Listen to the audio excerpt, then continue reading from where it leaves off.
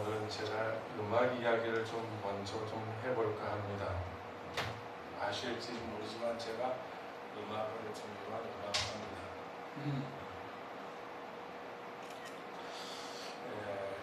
클래식 음악에는 기악 음악이 있어요. 좀 어려워요. 기악. 근데 이 기악 음악, 가사가 없는 기악 음악에는 두 종류의 음악이 있다 합니다. 첫 번째 종류의 음악은 Absolute Music이라고 해서 순수 음악이라고 부릅니다. 여러분들이 뭐 클래식 음악을 듣거나 하면 모차르트 소나타 몇 번 뭐 이렇게 번호가 붙어있는 그런 음악들이에요. 제목이 없는 음악들입니다. 이런 음악들은 작곡을 할 때 그 사람이 자기의 음악으로 얘기하고 그 음악으로 그 음악이 연주되면 그 음악을 듣는 사람들이 자기 해석으로 자기의 깨달음으로 자기의 이야기를 듣게 되는 겁니다. 그래서 이걸 순수 음악이라고 했습니다. 또 하나 음악이 프로그램 뮤직이라고 해서 표제 음악이라고 말합니다.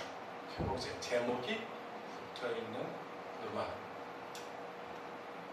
베토벤의 여러분 잘 아시는 운명이라고 하는 교향곡 제목이 있어요. 비찬, 킹갈동굴 뭐 이런 제목이 붙어있는 음악들이 있는데 이 노래를 작곡한 사람이 이 노래는 운명에 관한 거야 하고 주제를 정해서 사람들로 하여금 그 음악 속에서 운명을 느끼도록 하고 슬픔을 느끼게 하고 자기가 방문했던 아름다운 곳들을 함께 공유하려고 합니다. 두 가지가 있다고 했어요. 순수 음악 그리고 표제 음악, Absolute Music, 프로그램 뮤직이라고 두 가지 있습니다. 오늘 시편도 여러분 음악책인 거 아시죠? 네, 시편도 찬송가입니다. 이 찬송가에도 두 가지 종류의 음악들이 있습니다. 제목이 붙어있지 않는 그런 시편들이 쭉 있습니다.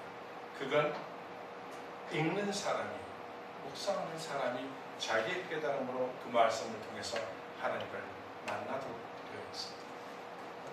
그러나 어떤 시편에 보면 제목이 붙어 있습니다. 특별히 시편 133편, 112편 이 근처에 있는 것은 성전에 올라가며 부르는 노래라고 하는 제목이 붙어 있습니다. 다윗의 노래이고 성전에 오르면서 부르는 노래라고 하는 제목이 붙어 있습니다.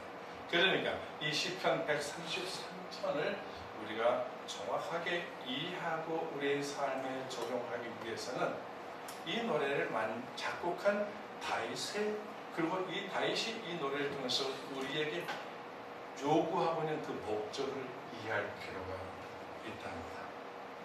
시편에 두 가지 종류의 음악이 시편 노래가 있어요. 하나는 제목이 없는 순수 시편이 있고 그건 주로 찬양, 기도 그러나 어떤 목적이 분명하게 담겨져 있는 노래들이 담겨 있는 그게 바로 그 중에 하나가 시편 133편입니다. 이렇게 되어 있죠. 다윗의 시 성전에 올라가는 노래. 이 노래를 비록 세 절밖에 안 되지만 좀 쉽게 좀 이해하고 또 올바른 해석으로 하나님의 뜻을 발견하기 위해서는 다윗이 어떤 상황에서 이 음악을 만들었는지를 좀 살펴볼 필요가 있습니다. 다윗의 인생에는 두 가지 죽을 때까지 풀지 못했던 두 개의 숙제가 있었습니다. 그가 그토록 간절하게 바랬음에도 끝까지 풀지 못한 숙제들이 두 개가 있었습니다. 그 중에 하나가 첫 번째는 이스라엘, 하나님 나라 공동체라고 할 수 있습니다. 이스라엘이 하나님 안에서 온전한 연합을 이루는 거였습니다. 이스라엘은 어떤 나라입니까? 원래 아브라함, 이삭, 야곱의 혈통으로 이어져 내려오다가 야곱의 12 아들이 중심으로 확장되어졌습니다. 이들의 이름이 붙어서 12개의 지파가 만들어져서 유지되어 오던 부족 중심의 12개의 부족 중심의 그런 공동체였습니다. 이 처음에는 크게 문제가 없었습니다. 아브라함도 또렷했고 아버지 이삭도 또렷했고 야곱도 또렷했고 그들의 12 아버지들도 또렷했기 때문에 그들은 늘 우리는 서로 아브라함의 자손이라는 데에서 의심할 여지 없이 너와 나는 우리 모두 형제다 하는 그런 의식이 분명했지만 시간이 지나고 계속 시간이 지나가면서 이 공동체성이 흐릿해지기 시작을 하죠. 무엇보다도 각 지파가 커져 나가면서 그 각 지파의 유리, 우선성 이게 강조되다 보니까 내가 조금 더 중심이 돼야 돼, 우리가 좀 더 많이 가져야 돼 하는 이런 이유들 때문에 계속 분열하고 갈라지고 한 혈통이면서도 계속 싸움, 갈등이 있었습니다. 이런 상황에서 이제 하나님께서는 이걸 좀 해결하시기 위해서 사사들을 보내서 그들을 통합하는 일을 하십니다. 그 서로 12개의 지파들을 서로 사사를 통해서 통합하고 연합하도록 그렇게 하셨는데 이게 잘 먹히지를 않았어요. 그럼에도 불구하고 한동안 잘 유지됐습니다. 이런 가운데 사무엘이 죽자 사무엘이 마지막 시작이 됐을 때 사람들은 우리가 하나가 돼야 되긴 하겠는데 사무엘 당신마저 없으면 어떻게 합니까? 우리도 다른 나라처럼 왕을 좀 만들어 주십시오. 우리도 왕을 세울 수 있게 해주십시오. 그러자 사무엘이 안 된다, 안 되는 말이다. 하나님께서 그걸 원하지 않으셔. 이미 모세도 우리한테 예언을 해놓지 않았냐. 우리는 나라를 만드는 순간, 우리에게 왕이 만들어주는 순간 우리는 모두 망하는 거예요. 우리 모두 왕의 노예가 된다. 절대 나라를 만들면 안 돼. 이렇게 강력히 반대했지만 결국은 그 사람들이 계속해서 왕을 요구하고 결국은 왕을 세웠지요. 그 사람이 누구죠? 사울이라고 하는 사람입니다. 이 사울을 통해서 왕을 세워서 이제 온 12개의 지파가 모두 한 나라, 한 왕으로 연합되는 듯 했지만 그게 쉽지 않았죠. 그리고 계속 분열과 갈등이 계속 되어지고 그러면서 예견한 대로 나라는 또 더 어려워지고 옛날보다 백성들의 삶이 더 어려워지게 되었죠. 그러다가 이제 하나님 마음에 꼭 드는 다윗이라는 사람이 등장하는 다윗을 부르셔서 그 다윗을 왕으로 세우시게 됩니다. 다윗은 정말 하나님의 도우심을 받아서 느슨했던 12개의 지파들을 완전히 통합하고 통합 왕국 이스라엘을 만들어냅니다. 워낙 탁월한 분이었기 때문에 그렇고 그의 하나님에 향한 성실함과 순종 때문에 쉽게 그럴 수 있었습니다. 그러나 이 다윗이 하나님을 사랑하고 하나님 나라에 대한 큰 그림을 가지고 있던 다윗의 입장에서 여기서 첫 번째 숙제가 나오는 겁니다. 그렇다고 해서 정말 12개의 지파가 온전한 하나님 나라 백성으로 만들어졌느냐? 아니었거든요. 그 안에 또 다른 문제들이 갈등이 계속 있었습니다. 그래서 다윗은 정말 통합 왕국으로 자기가 만들어놓은 지역적으로 하나 묶어놓은 이 나라가 진정한 하나님의 나라로 세워지고 연합되어지고 그들이 함께 우리가 한 형제요 자매요 가족이라는 사실을 그런 사상을 가지고 살아가길 간절히 바랬지만 근데 이루지 못해요. 그래서 자기 아들들 중에 제일 똑똑하다는 솔로몬을 이제 왕으로 세워놓습니다. 근데 그가 역시 자충수여서 결국 솔로몬이 나라를 말아먹기 시작하죠.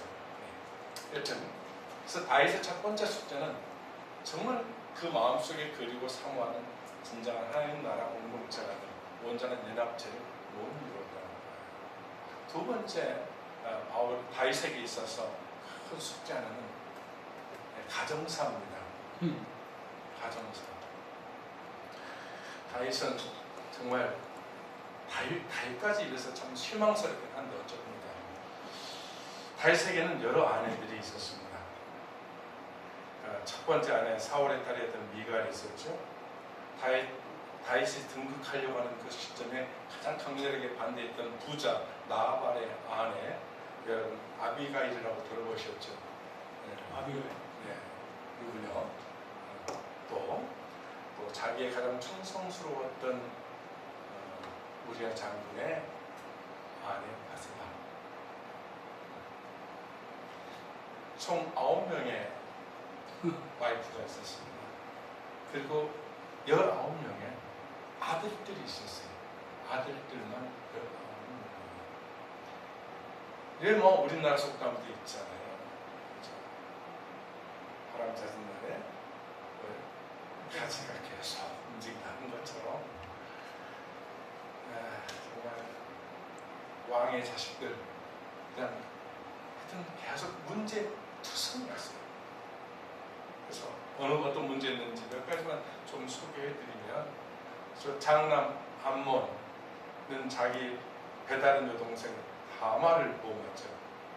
그 다말의 친오빠 압살롬은 그래서 화가 나서 자기 배다른 형 장남 다윗에게 장남을 이걸 죽여버리고, 또 이 압살롬은 아버지의 왕권을 좀 더 일찍 차지하고자 반란을 일으키고 아버지를 쫓아내고 아버지의 후궁들을 왕궁 옥상에서 모든 사람들이 보는 가운데서 수치스럽게 호응하지. 또 넷째 아들 아도니아도 아버지의 왕권을 탐하다가 죽어나가고, 가장 지혜롭다고 하는 솔로몬, 그에게 정말 넘겼지만 그 또한 다른 건 뭐 지혜롭게 잘한 것 같아요. 그 당시 통치만은. 그러나 가족사는 해결을 못합니다. 자, 다윗이라는 인물을 우리가 생각해 볼 때 그가 하나님을 향한 마음을 우리가 잘 알고 있는 상황에서 다윗의 가장 큰 기도 제목은 무엇이었을 것 같습니까? 역시나 온 가족들이 하나님 안에서 하나 되시고 함께 더불어 살아가는 그런 꿈을 꾸었을 것입니다. 그렇죠? 두 가지입니다. 나라의 온전한 연합, 그리고 가족들의 연합. 이게 그의 두 가지 꿈이었는데 그는 생전에 그 꿈을 이루지 못합니다. 그래서 그가 마지막으로 그가 할 수 있는 마지막은 뭐냐? 이게 이제 다윗과 다른 사람들과의 차이인데, 영적으로 이 문제가 풀려야 된다는 생각을 가지게 됩니다. 그래서 그는 다른 이유들도 있지만 이런 자신의 연합에 대한 열정 때문에 성전을 짓기로 결정을 합니다. 성전을 짓겠다고 하는 겁니다. 정말 좋은 마음이었습니다. 물론 그것도 정말 철저하게 나단 선교수단을 통해서 성전 지으면 망한다, 성전 짓지 말라, 이런 경고가 있었음에도 그가 이 두 가지 나라와 이 가족사 문제를 하나님 안에서 해결하고자 하는 그 열정 때문에 그 꿈을 못 버려요. 그래서 그 꿈을 꾸고 온 12지파 모두가, 온 가족이 정말 지어진 건축된 성전을 향하여 예배하러 올라올 때마다, 절기 때마다 올라올 때마다 불을 노래까지 만들어 놓은 겁니다. 아직 건축되어 있지 않는 성전 생각하면서 너희들이 이 예배하러 올 때마다 이 노래를 부르고 올라오라 라고 만든 노래가 바로 시편 133편입니다. 그래서 나중에 솔로몬이 이제 이 성전을 건축하고 그 이후에 이스라엘 백성들은 여러 가지 절기들이 많죠. 1년에 몇 차례씩 있는데 그때마다 이 성전을 향하여 쭉 올라오면서 이 노래를 불렀습니다. 다윗의 인생 숙제 2개를 담아내고 있는 정말 간절함이 담겨져 있는 그런 노래가 시편 133편입니다. 같이 한번 더 읽어보고 싶어요. 같이 한번, 이제 노래니까 같이 한번 불러볼까요? 시작. 보라, 형제가 연합하여 동거하니 어찌 그리 선하고 아름다운고, 머리에는 보배로운 기름이 수염 곧 아론의 수염을 흘러서 그의 목까지 내린 것 같고, 헬몬의 이슬이 시온의 산들에게 내린 것 같도다. 거기서 복을 명령하셨으니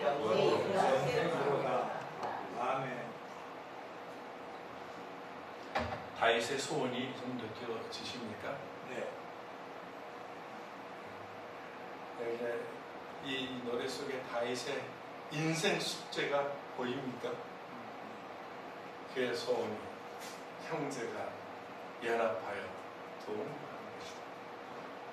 형제가 연합하여 동거하는 것이 얼마나 아름답고 선하고 아름다운지를 비유적으로 두 개를 나타내 보여주고 있어요.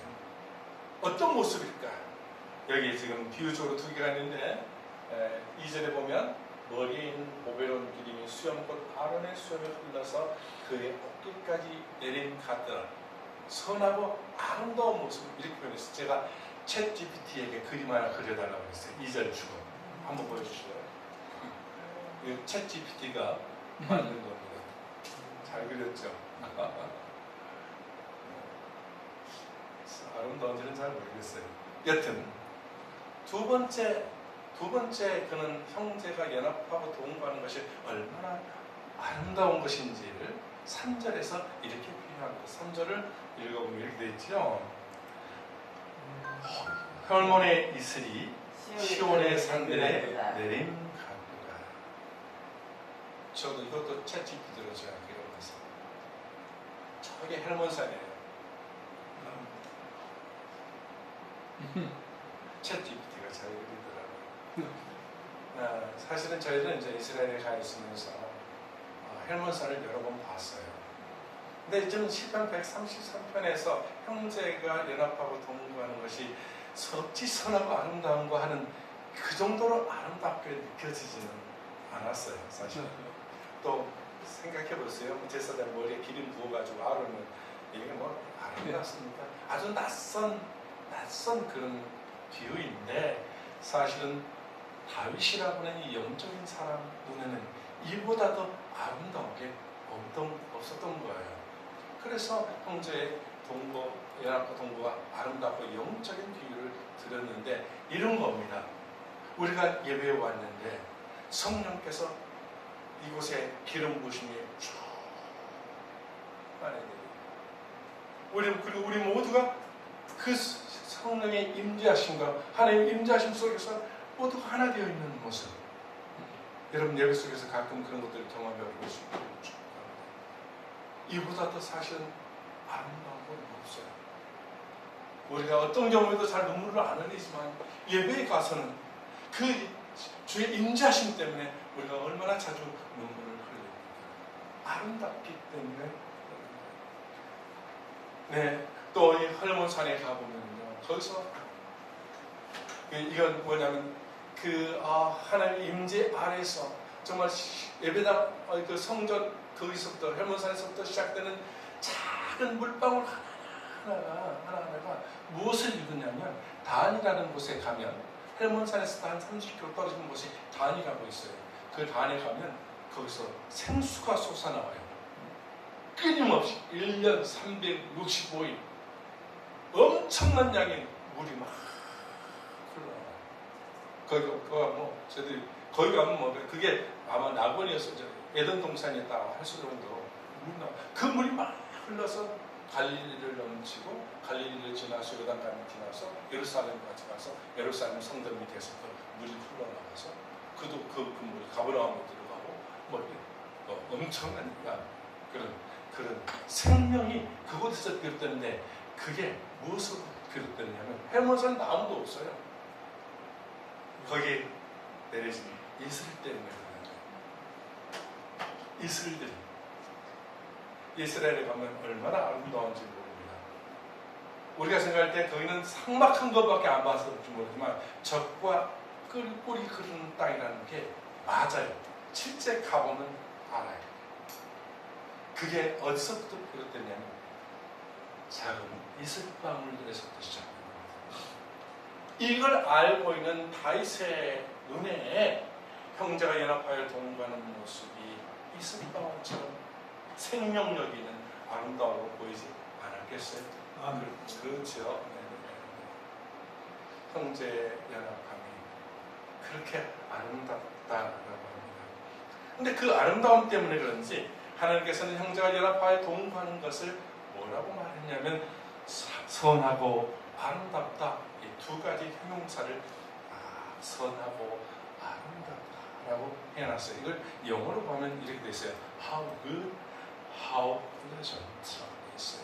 이 말을 그냥 번역하면 참으로 선하고 어찌 그리 아름다우고 형제가 연합하고 동거함이 하나님 눈에 진짜 멋지다는 얘기예요. 이 표현은 단순한 외적 표현이 아니에요. 하나님의 깊은 곳에서도 우러나는 감동이에요. How great 하는 그런 노래가 있어요. How라는 말이 들어가는 것은 저 깊은 속에서부터 우러나오는 감동이에요. 감동. 하나님께서 감동을 먹는다. 그리고 그 하나님의 감동이 뭘 만들어낸다고 3절 마지막에 이야기하냐면 영생의 얘기예요. 영생을. 하나님께서 우리 인간에게 주실 수 있는 최고의 선물은 영생인 줄 믿습니다. 아멘. 그것이 어디서부터 비롯된다고요? 형제가 연합하고 동거하는 것부터 비롯되더라. 할렐루야. 아멘. 여러분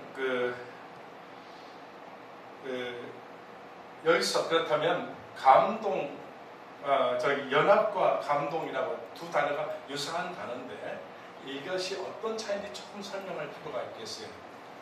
도대체 형제가 연합하고 동거한다는 게 무슨 말이냐? 왜 두 개를 나누느냐?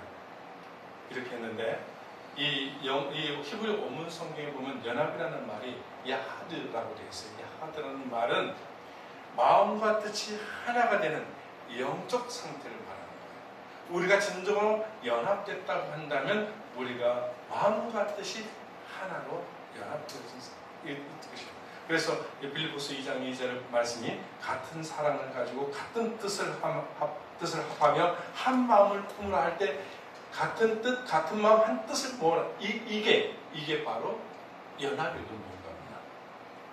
마음속부터 깊이 쏟아지는 관계예요. 동거는 뭐냐? 동거는 남자 여자 같이 사는 것도 동거인데 성경에서 말하는 동거는 좀 다른 의미예요. 이건 야샤프라고 하는 그런 단어인데 이것은 단순히 공간적으로 우리가 함께 같이 있는 것을 넘어서 우리는 운명 공동체이다 이 말이에요. 하나님께서 섭리 가운데 묶어주셨고 너와 나는 운명적으로 만났고 너와 나는 운명적으로 묶어져 있다. 떼낼 수 없는 그런 관계다 하는 게 바로 이 동거의 의미입니다. 그러니까 마음과 뜻을 다 합하고 우리는 절대로 떨어질 수 없는 운명 공동체야 라고 말하는 게 형제가 연합하고 동거한다. 이 연합과 동거에 가장 적절한 두 조직이 있어요. 그게 가정이에요. 가정. 부부를 중심으로 한 가정. 그리고 예수 그리스도의 보혈로 새롭게 하나님께서 창조하신 교회. 이 두 가지가 바로 이겁니다. 여러분 우리가 이곳에 지금 예배드리고 이 하늘 서울 우리 교회라는 이름 안에서 우리가 함께 묶여 있는데 우리는 너무나 쉽게 생각해요. 그러니까 복을 못 받는 것 같아. 우리는 하나님께서 묶어준 운명 공동체. 죽어도 같이 죽고 사도 같이 산다. 부부하고 같은 거야. 부부하고 같은 거야. 이런 정말 그래서 우리 부부, 우리 가정, 우리 교회가 하나님께서 기뻐하실 만큼 선하고 아름다운 그런 연합과 동거를 이루어낸다면 그곳에 기적적인 일들이 일어나다는 얘기죠. 성경은요 이런 이야기들이 굉장히 많이 있어요. 그렇죠? 성경에는 이런 연합과 정말 주님이 원하시는 동거를 이루었을 때에 하나님께서 초월하신 사랑과 기적을 베풀어 주신 많은 노래들이 기사들이 적혀 있는 게 성경에 있어요. 여러분들은 어떤 기사가 어떤 이야기가 가장 먼저 생각이 나십니까? 연합과 동거를 함께 했을 때 만들어낸 놀라운 기적들 말입니다. 머릿속에서 좋은 기억 예들이 생각나시겠지만 제가 제일 좋아하는 것은 마가복음 2장입니다. 중풍병자의 이야기입니다. 제가 이제 이 설교는 꽤 많이 어디 가서 하면 제가 이 설교를 좀 많이 하는 편인데요. 마가복음 2장에 보면은 중풍병자가 있습니다.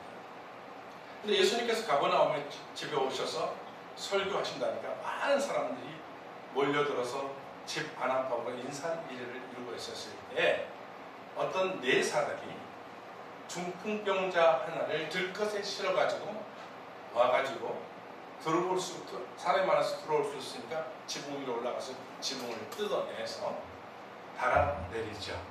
그때 예수님께서 그 모습에 당황하지 않고 그 중풍병자에게 내가 내 죄를 용서합니다. 그리고 나중에는 야, 네 자리 들고 가라. 병까지 치료해 주시는 이런 놀라운 이야기가 있어요. 근데 마가복음 2장에 이 사건 속에 현재 우리의 신학으로 이해가 잘 안 되는 부분이 있어요. 그 부분이 뭐냐면 5절인데 5절에 이렇게 되어 있어요. 예수께서 그들의 믿음을 보시고 중풍병자에게 이르시되 작은 자여 네 죄사함을 받았느니라. 질문하겠습니다. 우리가 구원받는 것은 나의 믿음입니까? 목사님의 믿음입니까? 남편들 여기 많이 왔구나. 다 개별적으로 천국 가실 분들인데요. 남편들 아내 치맛자락 잡고 천국 갈 수 있어요, 없어요? 아내들 남편 혈충 잡고 갈 수 있어요, 없어요? 우리가 믿기는, 제가 믿는 신학에서는 이런 일은 없습니다.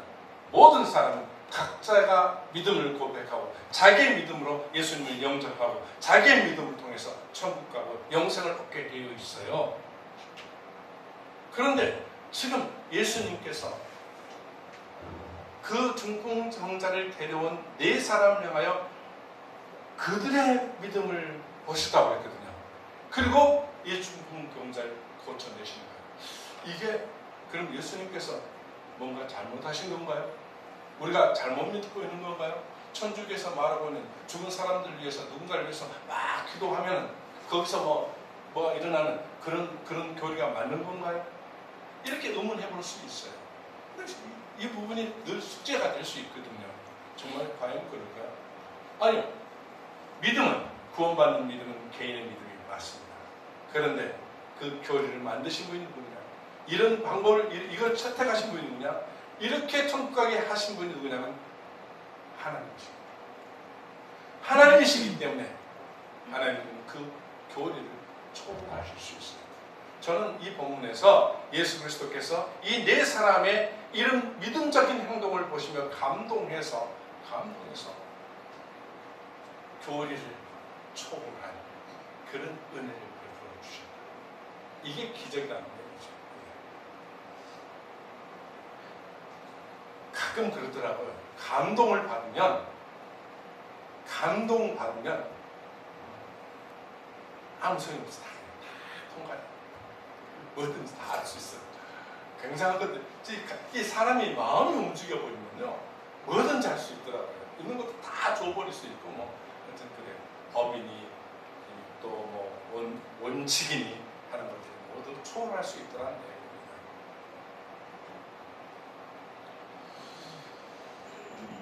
지금 사실은 다윗이 시편 133편을 통해서 형제가 동거하고 연합하고 동거하는 그것이 아름다워서 하나님 마음에 감동을 확 줄 수 있다. 그러면 그 속에 영생이 주어지고 우리 온 백성들, 우리 자손들이 모두 다 주 안에서 또 그분 안에서 영생을 누리는 복을 누릴 수 있을 텐데, 이렇게 지금 할 때 다윗의 마음은 하나님의 마음에 감동에 있었다. 이 how good, how present라는 말이 바로 그런 의미죠. 하나님 마음이 감동되는 사람들. 자, 그렇다면 어떻게 하면 우리는 진정 우리의 가정과 교회에서 하나님을 감동시킬 수 있는 연합과 동거를 이룰 수 있을까요? 긴 이야기지만 2가지만 제가 본문에서 말씀을 드리고 싶습니다. 첫째, 기름 부음처럼 흘러내리는 은혜의 나눔이 있어야 된다. 2절에 보니까 머리에 있는 보배로운 기름이 수염 곧 아론의 수염이 흘러서 그의 옷깃까지 내린 가져라. 여기에서 우리는 온전한 연합과 동거를 이루는 중요한 원리를 발견할 수 있습니다. 기름은 하나님의 은혜를 상징합니다. 성령을 상징하기도 합니다. 기름은 위에서부터 흘러내려, 액체이기 때문에 흘러내려가 그러니까 이걸 다른 표현으로 하면 하나님께 큰 은혜를 받은 사람이 기름처럼 흘러 내려가게 해야 한다. 이게 굉장히 중요한 공동 동거와 또 연합의 원리입니다. 무슨 말이냐면 이런 겁니다. 우리 모두는 각자 하나님께서 뭔가 하나씩 다 주셨어요. 그러면 그 주신 그것을 내게 머물게 하지 않고 올리는 게 아니라 오히려 밑으로 흘러 내릴 수 있어요. 돈 많이 쓰시면 그 하나님께 주신 거라고 믿으면 그거 공동체 안에서 흘러내려요. 사랑이 많이 있으면 그것도 하나님 주신 은사니까 사랑 막 흘려버려요. 힘이 넘치면 그것도 흘려버려요. 이런 의미입니다. 이게. 이럴 때 그 공동체 안에 진정한 연합과 동부가 이루어지더라고요. 하나님은 그런 모습에 감동을 하세요. 저희 부부가 여기 2008년도에 산티아고라는 그 길을 걸으면서 저희들이 인생에 큰 변화를, 전환점들을 많이 이루었던 그런 순례길을 걸은 거예요. 어느 날 저희가 이렇게 걸어가고 있는데, 벌써 나왔네요. 네.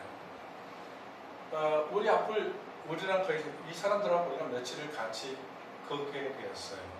걷게 됐는데, 한 사람은 지금 저 비가 쭉 내리고 막 그런 날이거든요.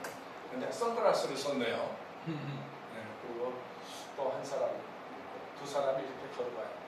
근데 이 두 사람은 우리 같이 걸어가는데 얼마나 걸음이 빠른지 숙소에 도착해 보면 우리보다 훨씬 먼저 와 있어요. 늘 혼자 먼저 와 있어요. 그리고 이 두 사람은 뭐 할 얘기가 그렇게 많은 남자들끼리 계속 이야기를 하는 거예요. 그래서 워낙 제가 특이해서 사진을 찍어 놓은 거예요. 이게. 근데 저기 선글라스 보이는 분은 시각장애인입니다. 그리고 그 빨간 옷을 입고 있는 분은 정한인이라고 정상적인 눈을 가지신 분이었습니다. 이 두 사람이 온전한 사람들도 걷기 힘들다는 800km 도보 여행을 하는데 누구보다 빨리 가고 누구보다 즐겁게 가고 그랬던 겁니다. 근데 그보다 더 중요한 건 저 소경 시각장애인 혼자는 절대 불가능한 일을 한 사람의 두 눈을 가진 정한인이 같이 딱 서서 걸어주니까 이들은 800km 산띠하고 우리 집사람은 600km 걷다가 병 나가서 수술했어요. 저기를 완주를 하더라고요. 이게 기적이 아니고 뭡니까? 이거 없었으면 절대 불가능한 일이에요. 가지고 건강한 사람이 함께 주었기 때문에 눈치게 보이지 않는 그가 남들도 하기, 정상인도 하기 힘든 그런 일을 감당하더라는 말이죠. 그러면서 많은 사람들에게 얼마나 큰 감동을 주었는지 모릅니다.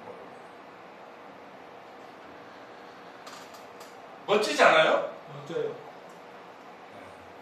한번 다시 한번 물어볼게요. 멋지지 않아요? 멋져요. 안 멋있어요? 혼자 가는 것보다 둘이 가는 것도 멋진데 그 둘 중에 한 사람이 시각장애인. 저는 이게 바로 진정한 연합과 공동체를 이루는 동굴을 이루는 방법이었습니다. 가진 사람이, 더 있는 사람이, 힘 있는 사람이, 더 없는 사람, 하나는 사람들의 것을 채워나가는 그런 공동체. 가정도 마찬가지죠. 그렇게 될 때 하나님께서 감동하십니다. 그리고 그게 초월하시는 기적들을 주십니다. 두 번째, 3절에서 헐몬 이슬처럼 생명을 불어넣는 작은 나눔에 하나님께서 감동하십니다. 있는 사람들만 하는 게 아니라 이슬방울 같은 사람들도 뭐든지 있는 그거 하나로 같이 더해졌을 때 그곳에서 진정 생명이 살아나는 역동성이 있더라는 얘기입니다. 저희가 여기 지난 은퇴하고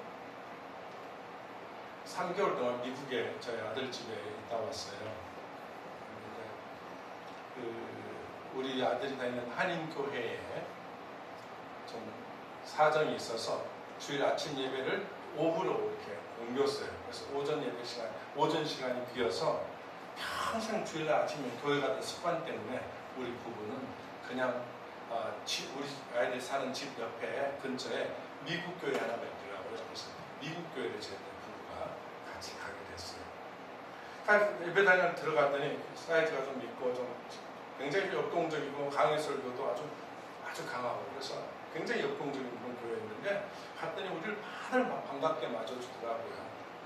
그래서 그 동네는 아시아 사람도 없는데 와서 반갑게 맞이하나 보다 해서 이제 들어가서 예배당에 들어가서 앉아서 기도가 끝났는데 이렇게 앉아 있는데 어디선가 바람처럼 한 여성이 우리한테 다가오더니 아주 천천히 조용히 다가오더니 Hi, welcome to our church. 우리 교회 온 걸 환영해. I am Cookie Lady. 나는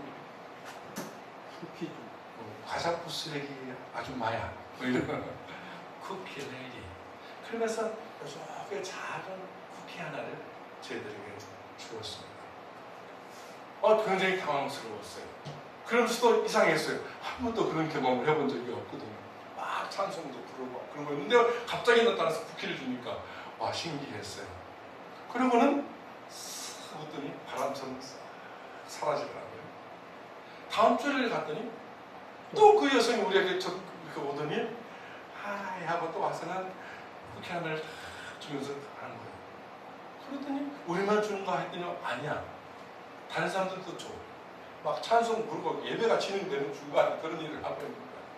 근데 너무나 이렇게 작은 분이고 좀 이렇게 할머니였어요. 세 번째 주일하는데 그러면 견딜 수가 없잖아요. 그래서 제가 이제 물어봤죠. 왜 이런 일을 하십니까? 근데 그 할머니의 답이 저를 뭉클하게 했어요. This is only I can do in my church. 나는 내가 우리 교회에서 할 수 있는 게 이거밖에 없기 때문이에요. 나는 늙었어요. 나는 뭘 할 수 있는 게 없어요. 그러나 내가 유일하게 할 수 있는 것이 있는데 그래서 쿠키 하나 주는 거예요. 제가 물어봤어요. 이거 직접 구운 거예요? 너? 나 이거 슈퍼마켓에서 샀어.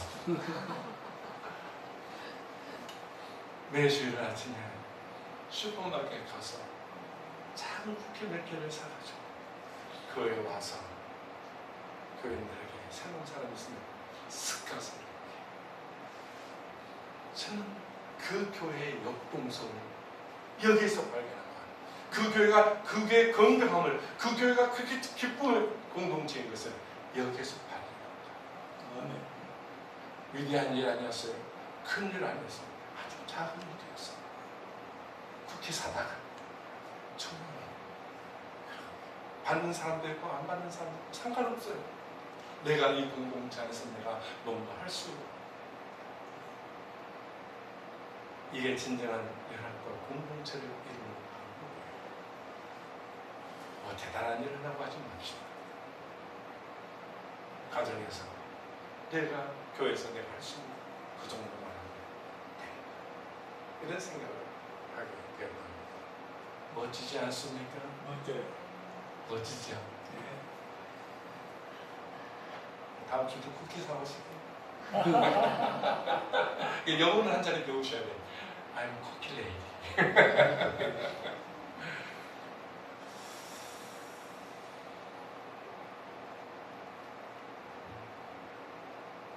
있는 사람들 그게 절대로 그리스도 안에서는 자기 게 아니에요. 하나님께서 주신 게 맞아요. 내가 이렇게 오늘 건강하게 살아있는 이 생명 내가 만든 거 아니잖아요. 하나님께서 주신 거예요. 그걸 내려버리지 않으면 성체되어지고 욕심으로 바뀌고 그것이 그 공동체를 깨는 아무 요소가 되죠. 난 아무것도 없어. 그건 지극히 비성서적입니다. 성경은 분명하게 우리 모두에게 각자에게 은사를 주셨다고 하십니다. 그것이 무엇이든지 간에 그것으로 내가 속해 있는 그 공동체에 하나씩 나누는데 그 속에서 생명이 역동치고 그곳에서 생명의 살아남이 있고 그곳에서 영혼이 구원받고 그곳에서 하나님의 영생을 맛볼 수 있는 그런 하나님의 나라가 이루어지지 않는 것입니다. 제가 경험했던 이야기 하나만 더 하고 이제 설교를 마치겠습니다. 오늘 제 설교에 설교 노트 맨 마지막에 보면 빨간색으로 To be continued라고 써놨어요. 이 말은 내 설교가 여기서 끝나지 않는다는 얘기예요. 이 설교는. 제가 지금 이 설교에서 더 해야 되는 얘기가 많은데 이번에 여기까지만 하고 다음에 또 이제 올 때는 To be continued 하겠습니다. 또 불러달라는 얘기예요. 마지막으로 이 함께 연합하고 동부한다는 것이 얼마나 엄청난 일들을 이루는지, 얼마나 엄청난 영혼들이 살아나고 영생의 그런 놀라운 일들이 만들어내는지 제가 경험했던 이야기 하나만 더 이야기해드리고 마치겠습니다. 조금 전에 말씀드린 것처럼 저는 형님, 저희 목사님 말씀하신 것처럼 저는 공동체 성경 공부 사역을 하고 있습니다. 지금은 이제 교회 목회 은퇴하고 한국 대표도 다 내려놓고 지금 이제 각 나라에 있는 한인 선교사들이 세운 신학교들이 있어요. 그 신학교들에 우리가 가서 CBS를 교육 과목으로 가르치고 또 외국에 있는 한인 교회들에게 CBS를 소개하는 그런 사역을 하고 있는데 11월 달에 이제 드디어 처음부터 베트남 호치민 침례신학대학에서 한 주간 CBS를 가지고 가르치게 됩니다. 여튼 이 일에서 베트남의 코디네이터 대표 역할을 하고 있는 마이라고 하는 자매가 하나 있어요. 이 자매는 어떤 자매냐면 참 예뻐요. 착해요. 그리고 베트남이라는 그 사회 속에서 엘리트예요. 엘리트. 대학원까지 나오고 영어를 얼마나 잘하는지 외국 회사들에 하고 또 국제단체에서 일하는 굉장히 탁월한 엘리트 자매예요. 근데 이제 이 자매를 이제 소개받고 제가 하노이를 가서 그 자매를 만나는데 남편하고 같이 나왔어요. 근데 남편이 나와서 소개를 하는데 자기 이름이 덩이래, 덩. 그래서 야, 좀 이상하다, 뉘앙스. 그래서 다니엘이라고 그러잖아. 그래서 다니엘 이름 붙였는데 이 자매하고는 이 형제가 너무 안 어울리는 거예요. 여기는 완전히 깍두기예요. 완전히 그 목사예요. 근데 그 이야기를 제가 듣게 된 거예요. 이 다니엘이라고 하는 이 목사는 어려서 일찍 깽단에 들어가고 베트남 북쪽이 마약이 매우 심한 것입니다. 마약에 일찍이 중독돼가지고 감옥에서 청소년식을 다 보내요. 공부를 했겠어요? 뭘 했겠어요? 한 것이 없어요. 그런데 그런 형제가 감옥에 들어가서 이제 있는 중간에 또 엎친데 겹친다고 HIV라고 하는 에이즈에 걸렸어요. 그러니까 감옥에서 그런 에이즈 환자들을 둘 수가 없거든요. 그래서 내보낸 거예요. 아무런 희망이 없고 아무런 가능성이 없는 이 형제를 내보냈어요. 그래서 이 형제가 이 친구가 갈 수 있는 곳은 딱 한 곳, 마약 중독센터. 그런데 가야 돼요. 가서 이제 자기도 마약으로서 벗어나는 그런 훈련을, 치료를 받아야 되는데 그 치료를 받는 과정 속에 그게 기독교 단체였는데 거기는 다른 거 안 하고 마약범이든지 누가 들어오면 무조건 매 성경만 일으켜. 성경만. 예배 드리고 찬송 부르고 성경 읽고. 다른 뭐 상담 그런 것도 안 해요. 그런데 그 사이에 살아있는 하나님 말씀을 통해서 이 형제가 구원을 받아요. 하나님을 만나요. 그리고 병으로부터 나아요. 회복되어졌어요. 떠나야 되잖아요. 근데 이 형제는 자기가 받은 그 놀라운 은혜 때문에 그 중독센터를 떠나지 못하고 거기에 남아서 다른 마약 중독자를 돕는 일을 이렇게 하고 있습니다. 그때 이 마이라고 하는 이 엘리트 자매가 사업 관계로 뭔가 업무 관계로 그 마약센터를 드나들다가 이 깍두기 형제를 본 거예요. 그리고 그 형제의 스토리를 듣고 감동을 받았고 이 형제의 꿈이 뭐냐? 마약 중독자들을 하나님의 말씀으로 회복시키는 거거든요. 수많은 청소년들을 마약 중독으로부터 회복시키는 거. 그 꿈을 보고 내가 당신을 도와주면 되겠다. 내가 당신과 함께 한다고 프로포즈를 해서 이 HIV 에이즈 중독 경험 있는 형제하고 결혼을. 물론 이 자매는 정말 신실한 하나님의 세상에 이렇게 결혼하는 사람들이 있어요. 그리고 그 형제는 신학을 하고 목사가 되어져서 같이 이제 그런 사역을 하고 있는 중인데 몇 년 전에 이들의 감동적인 스토리 때문에 베트남 국영 TV에서 당신들의 이야기를 다큐멘터리로 해서 좀 만들자. 그리고 제안을 해서 다큐멘터리 영화 제안을 받았어요. 근데 이 형제가 이 팀들이 우리는 하지 않겠다. 왜 안 할래? 우리는 할 이야기가 예수님밖에 없고, 우리는 할 이야기가 성경밖에 없고, 우리는 할 이야기가 성경 있고 예배 드리다가 우리가 치료받는 이거밖에 할 이야기가 없는데 이거 국영방송에서 내줄 수 있냐? 안 된다는 불가능한 얘기거든요. 그러니까 거절했는데 이 국영방송국에서 회의를 해서 내줄게. 그대로 내줄게. 하여서 그 조건부로 사진을 찍어서 이제 이 중독센터와 이들의 삶을 이제 영화로 만들었어요. 근데 이게 대박이 난 거예요. 그대로 거기 예수님 이야기 나오고 성경 이야기 나오는데 그대로 방영됐는데 이게 대박이 나서 그게 아시아 다큐멘터리 영화제에 나가서 12개 국가에서 수상을 해요. 놀라운 거죠.